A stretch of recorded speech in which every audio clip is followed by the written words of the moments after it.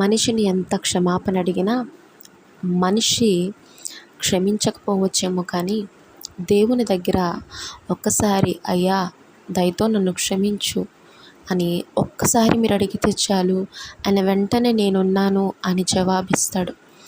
మనిషి నువ్వెన్నిసార్లు అడిగినా కూడా నిన్ను తిరిగి చూడడానికి కూడా ఇష్టపడడు. కానీ ఎంత గొప్ప దేవుడండి మన దేవుడు!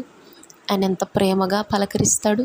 తిరిగి చూడని మనిషిని నువ్వు అంతగా ప్రేమిస్తూ అతని దగ్గరికి వెళ్ళి అంతగా క్షమాపణలు అడుగుతూ బ్రతిమలాడుకుంటూ ఉన్నావే, మరి నేనున్నాను అని వెంటనే జవాబిచ్చేటువంటి ఆ గొప్ప తండ్రి మీకోసం నా కోసం ఎంత ఎదురు చూస్తున్నాడు.